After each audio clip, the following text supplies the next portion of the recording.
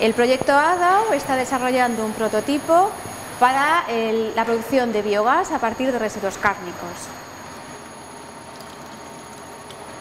En el proyecto ADAO están participando empresas de 4 países europeos relacionados con la sonicación, la producción de sensores, la construcción de plantas industriales y la automatización, además de 3 institutos de investigación internacionales.